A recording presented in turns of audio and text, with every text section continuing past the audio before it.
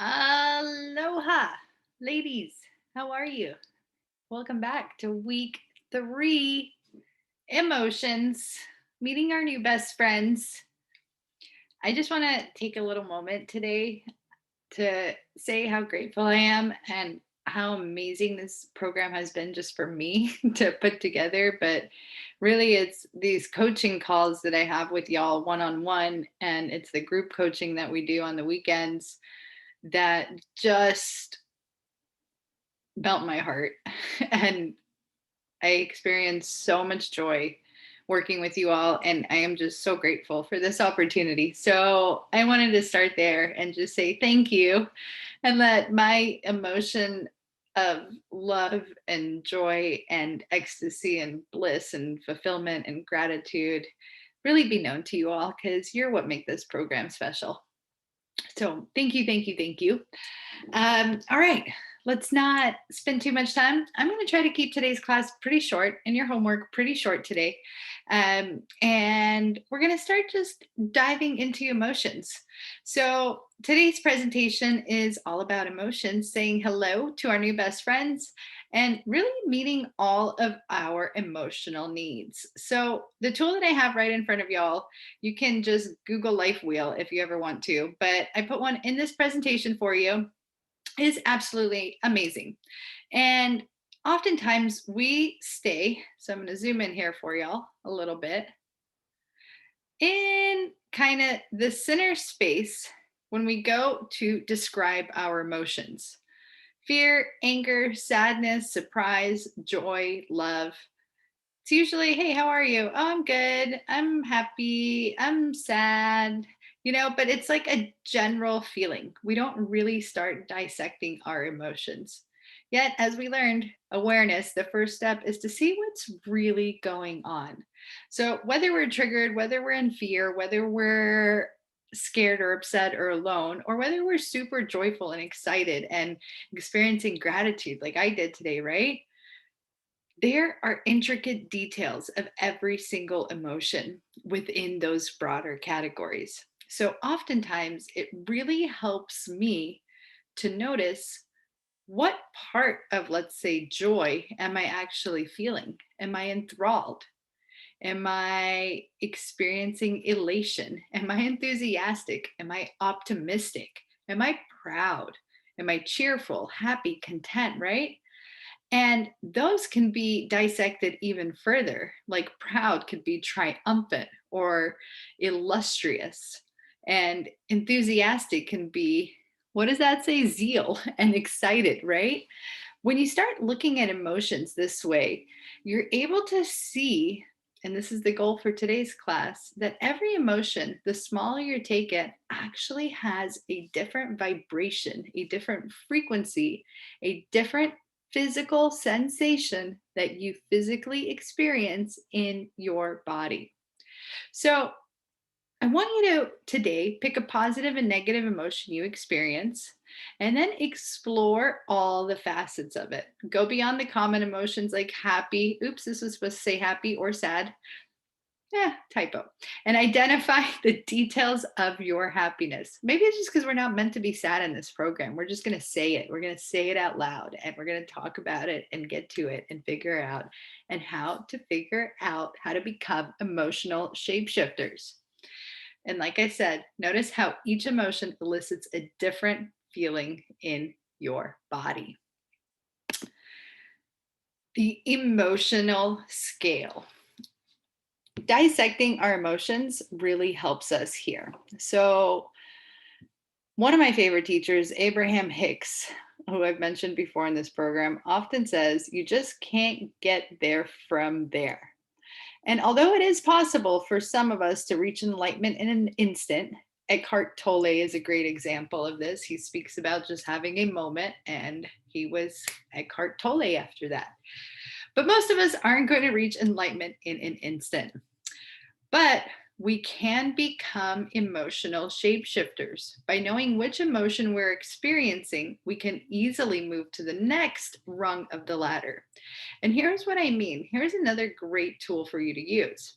So, on the first page, once you've identified an emotion that you have, like let's say We can go to blame as one we notice ourselves having often, blaming others in our lives, blaming our spouses or our jobs or our bosses for what we can't control.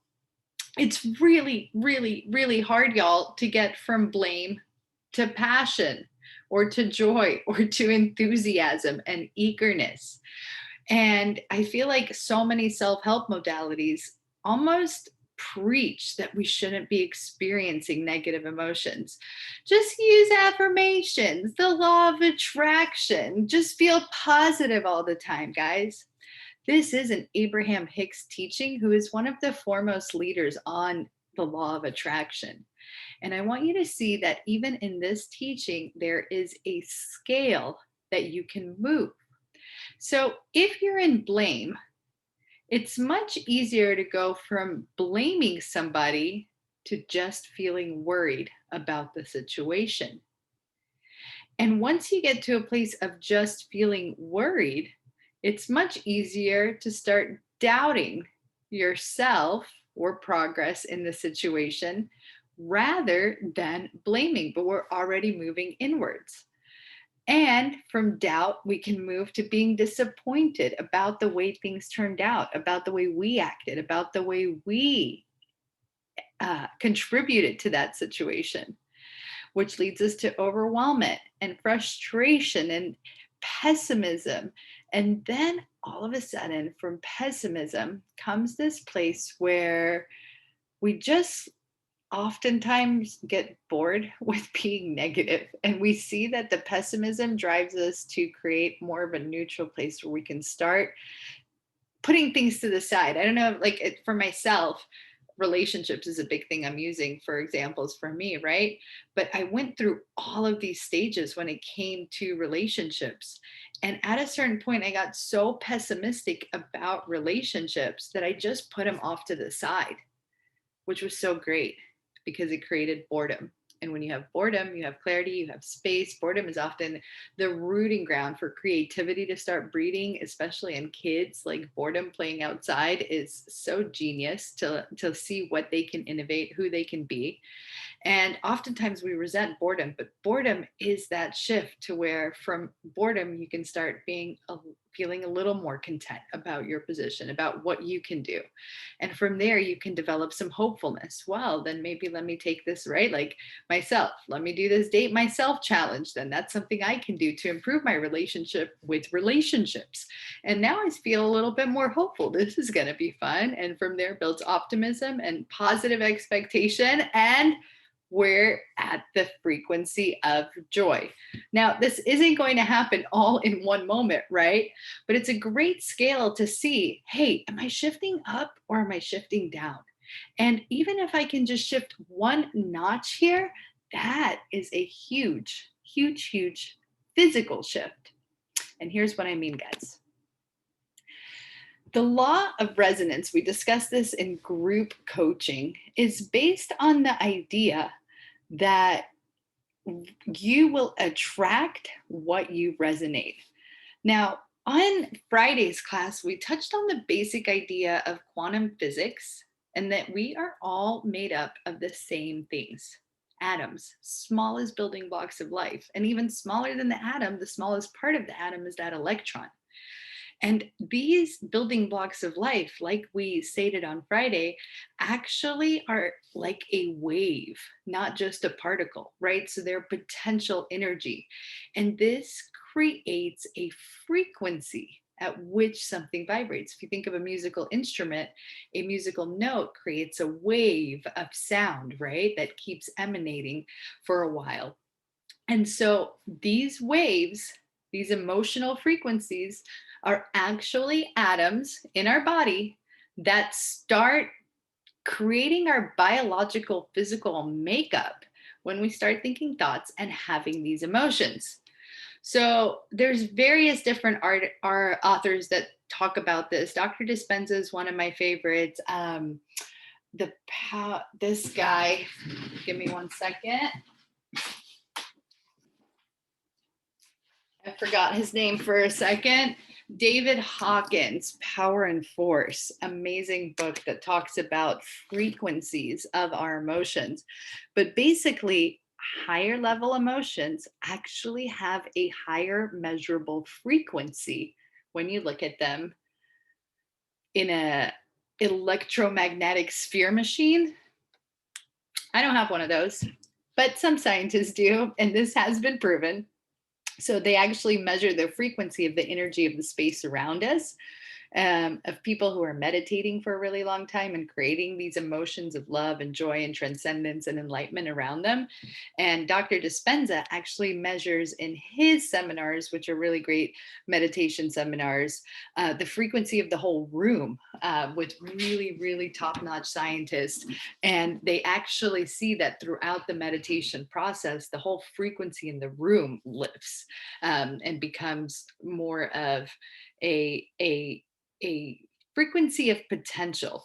So basically, what Dr. Dispenza states is that different emotions, lower emotions, survival emotions like doubt and fear and anger and insecurity, worry, create lower frequencies, more dense emotions, right? And they make us more like matter. Now, what does that mean? Based on Friday's class, matter is that particle. It's what we can observe.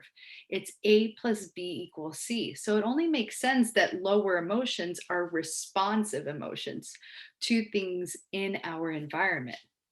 Whereas higher quality emotions are emotions which usually are more open, more in the potential as well. Obviously, we can respond with love when someone shows us love in our environment, but we can also cultivate love when there shouldn't be any reasons really from our environment to feel love. And when we do this, it actually opens up our emotional frequency, and the emotion itself becomes more wave and less matter. So it becomes as he says, all energy is frequency, and all frequency carries information. So based on our personal thoughts and feelings, we're always sending and receiving information. And that frequency becomes what is in your space, what your atoms and molecules within you send out as a memo to the world.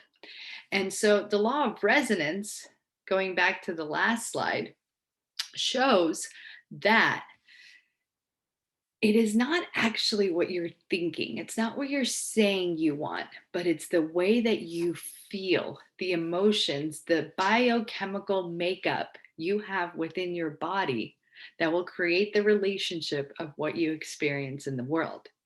Now, if y'all don't believe me, I'm going to show you a video. And if you have not heard of Dr. Masaru Emoto, he is incredible. He did incredible experiments based on water. And you'll see in the video, basically what he did was have people send an intention, an emotional intention, usually like a word, to a glass of water particles. And then he froze them and looked at them under the microscope.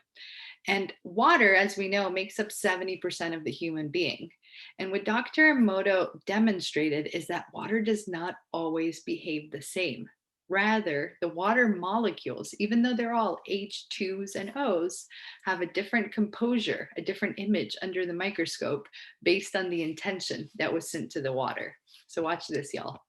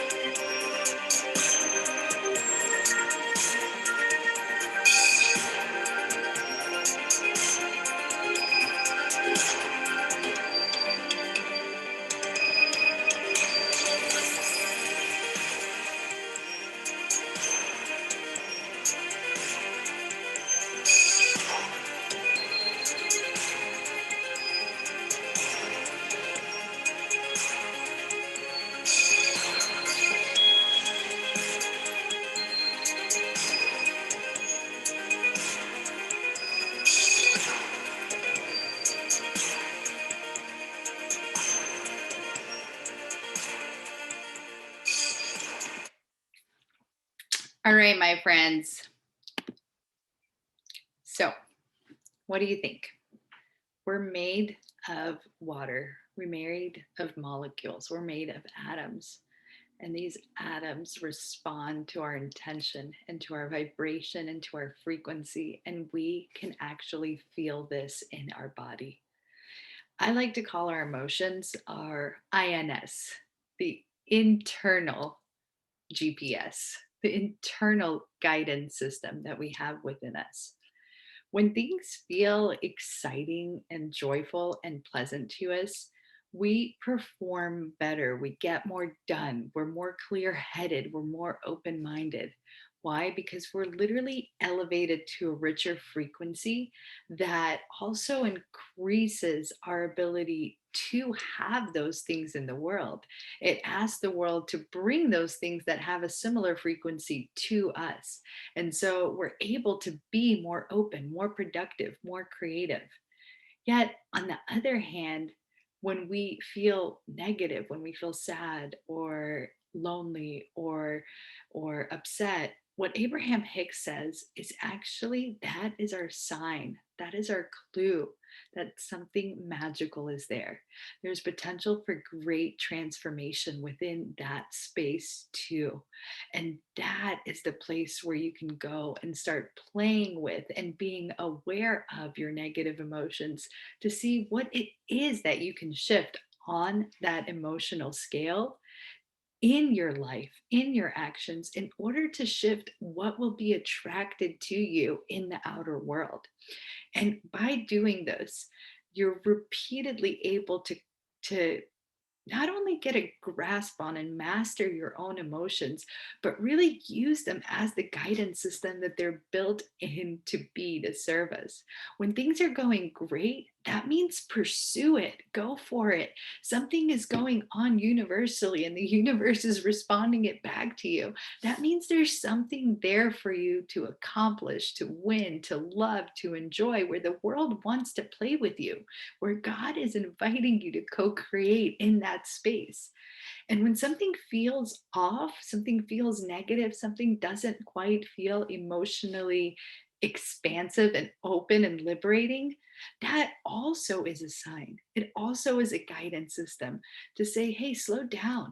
What can you shift? Where do you need to notice? What's missing? What emotional need have you not met for yourself? Because there too lies an opportunity for greatness. And so today's homework is really easy, y'all. Just look at that emotional wheel. Pick a few of your emotions that you just generalize, and then start looking at some of the details of them just to gain an awareness on what emotions you want to play with for the rest of the week. And once you have those details, I really want you to see how each detailed part of that bigger emotion, like happiness, how excitement feels different than being proud, which feels different than feeling fulfilled or grateful in your body.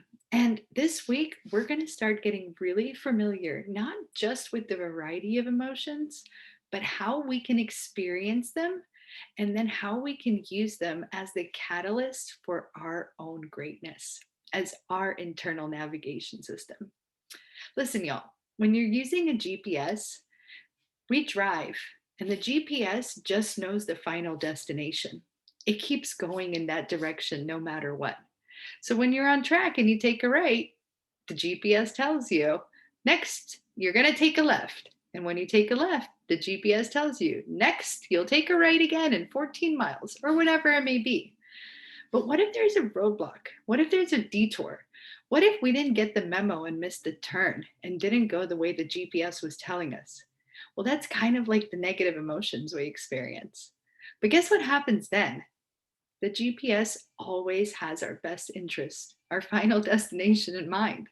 And so it says, calculating new route, reroute, reroute, reroute.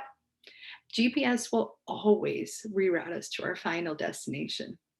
Our emotions will always lead us in the right direction, be they negative or positive. They are incredible. They are awesome. They're our guides, and they're such an intrinsic part of ourselves.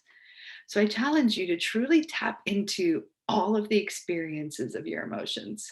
Not just, oh, I'm happy, but see what happiness really means to you inside of your body. Get familiar with happiness and all of her facets. Really start to see if you can play around with cultivating different emotions by choice. But that's leading into Wednesday's class, y'all. All right. I hope you have a beautiful day, and I look forward to seeing you on Wednesday. Mahalo, my friends. I love you. See you soon.